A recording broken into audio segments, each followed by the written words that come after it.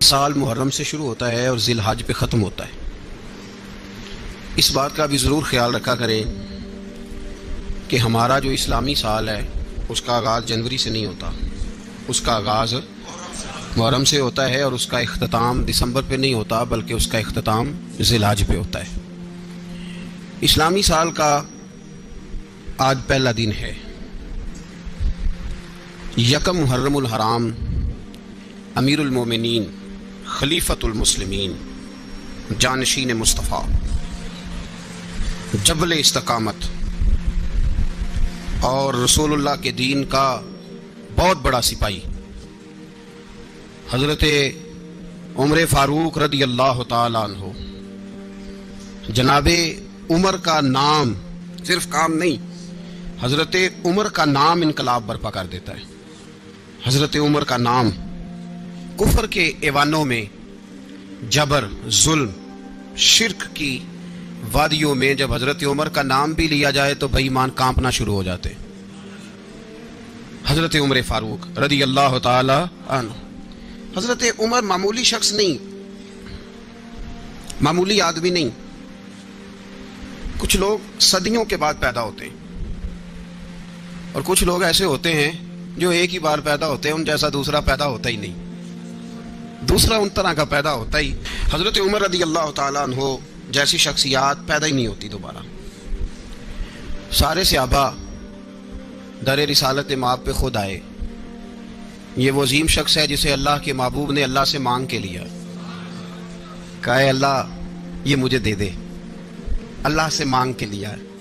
اس لیے صوفیاء کہتے ہیں کچھ مرید ہوتے ہیں کچھ مراد ہوتے ہیں، کچھ مرید ہوتے ہیں کچھ مراد ہوتے ہیں۔ مرید وہ ہوتا ہے جو چل کے آتا ہے، آ کے مرید ہوتا ہے۔ مراد وہ ہوتا ہے جسے کہا جاتا ہے کہ یہ کبھی میرا بن جائے نا، یہ کبھی آ جائے نا، میرا بن جائے، اس کو مراد کہتے ہیں۔ حضرت عمر مصطفیٰ کریم کی مراد ہیں، حضور کی مراد ہے۔ اللہم اعز الاسلام بے اسلام عمر ابن خطاب، اے اللہ اسلام کو عزت دے دے، میرے عمر کو کلمہ پڑھنے کی توفیق عطا فرما دے۔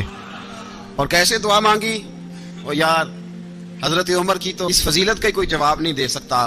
میرے رسول پاک علیہ السلام سب کے لیے ہی دعا مانگتے ہیں نا، حضور کی دعا عام ہے، لیکن مصطفیٰ کریم نے کعبے کا غلاف تھام لیا اور غلاف کعبہ کو حضور نے سینے سے لپٹایا اور سینے سے چمٹا کے کہا اللہ میں نے تو کبھی سوال ہی زیادہ نہیں کیے، میں کرنے آیا ہوں، مجھے عمر دے دے، عمر دے دے۔ حضور نے مانگ کے لیا۔ اور پھر جب جس کو حضور مانگے اللہ سے کہ حضرت عمر رضی اللہ تعالیٰ عنہ کا آج یوم شہادت ہے، میرا تو دل کرتا تھا کہ فجر سے باتیں شروع ہوں اور سارا دن ہی عمر کی باتیں ہوتی رہیں، سارا دن جناب عمر کی باتیں، سارا دن۔ اس لیے کہ ذکر جناب عمر کا ہوگا پر راضی اللہ کے رسول ہوں گے صلی اللہ، تو جاگ کے بیٹھے، خوش ہو کے بیٹھے۔ ہمارے ہاں منایا ہی نہیں جاتا، بابے اللہ کی تساؤن پادروں اسو کتا تے منڈے جنوری فروری، تو اسلامی سال بھی گیا اور وہ تاریخیں بھی ساری گئیں۔ یکم محرم امت مسلمہ کے لیے بہت بڑا دن ہے، بہت بڑا دن۔ یہ شہادت ہے حضرت عمر فاروق کی رضی اللہ تعالی عنہ۔ یہاں چھوٹی چھوٹی باتوں پہ گورنمنٹ چھٹی کرتی پھرتی ہے، چھوٹی چھوٹی باتوں، الیکشن ہو گیا تو چھٹی، فلاں جگہ پہ تھوڑا سا کسی نے خبر دے دی کہ کوئی پریشانی ہے تو چھٹی، فلاں جگہ یہ ہو گیا تو چھٹی، یہاں تک کہ فلاں وزیر صاحب فلاں علاقے میں آئیں گے تو سارے علاقے کو چھٹی۔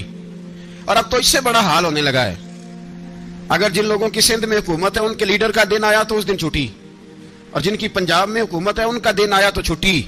ہمارا مطالبہ ہے حکومت پاکستان سے، اگر سر اٹھا کے جینا چاہتے ہو تو یکم محرم کو چھٹی کیا کرو، اگر سر اٹھا کے جینا چاہتے ہو تو یکم محرم کو چھٹی کرو جناب عمر کے دن، اور ملت کے جوانوں کو بتاؤ کہ اگر عزت کی زندگی جینا چاہتے ہو تو اس طرح جیو جس طرح فاروق اعظم جی کے گئے ہیں۔ عزت اور وقار کی زندگی، جمہوریت حضرت عمر سے سیکھنی پڑے گی، حکومت کرنے کے طریقے حضرت عمر سے، رعایا کو سیکھنا پڑے گا کہ امیر کس طرح بنایا جاتا ہے اور امیر کس طرح کے ہوتے ہیں۔ یہاں لوگ ہمیں یورپ کی مثالیں دیتے ہیں، لوگ یہاں ہمیں آ کر کے امریکہ کی مثالیں، انہیں کیا پتا حکومت کیا ہوتی ہے؟ وہ کہتے ہیں جی وہ سائیکل پہ جاتا ہے ان کا حکمران۔ میں نے کہا وہ سائیکل پہ جاتا ہے؟ میرے عمر فاروق مدینے سے مکے گئے تھے تو پیدل ہی حج کرنے چلے گئے، پیدل ہی۔ اور جناب عمر فاروق رضی اللہ تعالیٰ عنہ عید کی نماز پڑھانے گئے، عید کی نماز عمر خطبہ عید دینے گئے، اور اس زمانے میں کون سا غریب ہے جو ننگے پاؤں جاتا ہو؟ کون سا غریب ہے جو مسجد ننگے پاؤں جاتا ہو؟ لوگوں نے تو 3 قسم کی چپلیں رکھی ہوئی ہیں. ایک مسجد جانے کی علیحدہ ہے, گھر پہننے کی علیحدہ ہے, شادی بیاہ پہ جانے کی چپل علیحدہ ہے. حضرت عمر فاروق رضی اللہ تعالیٰ عنہ نکلے عید کا خطبہ دینے کے لیے, تو بیوی سے کہنے لگے جوتا. اس نے کہا صاحب اتنی دفعہ ٹوٹا ہے اب گانٹھا نہیں جا سکتا, اتنی دفعہ ٹوٹا ہے کہ اب دوبارہ پیماند نہیں لگ سکتے. تو حضرت عمر کہنے لگے چل کوئی حرج نہیں, بغیر جوتے کے ننگے پیر ہی چلتے ہیں, کوئی حرج نہیں. تو کہنے لگے لوگ کیا کہیں گے؟ فرمایا چپ کر. لوگ جس دن عمر نے یہ دیکھ لیا نا لوگ اس کے بارے میں کیا کہتے ہیں, اس دن عمر نہیں رہے گا. تو کہا پھر آپ کا نظریہ کیا ہے؟ فرمایا میرا نظریہ یہ ہے کہ رب رسول میرے بارے میں کیا کہتے ہیں. لوگوں کا کیا ہے؟ لوگ کل کسی کے بارے میں کچھ کہتے ہیں اور پرسوں کچھ کہتے ہیں. میرا نظریہ یہ ہے کہ رب رسول میرے بارے میں ننگے پیر عمر جا رہے ہیں. کون جی؟ میں بڑا ماڑا. اچھا جناب, کیا غربت ہے؟ 10 قسم کے جوڑے لٹکے ہوئے ہیں کمرے میں, اور پہننے کی فرصت نہیں. سویرے کیا پہننا ہے, شام کیا پہننا ہے, 15 سوٹ کٹھے استری ہو کے لانڈری والا بھیج رہا ہے, اور تو غریب ہے.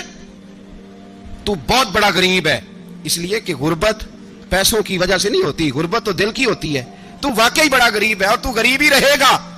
امیر تو عمر فاروق تھے جو ننگے پاؤں چلے گئے عید کی نماز پڑھانے. تو رستے میں جو ملا کہنے لگا عمر جوتا تو پہن لو. فرمایا تمہیں عمر کا جوتا نہ پہننے کا نقص تو نظر آیا ہے, کوئی حرج نہیں.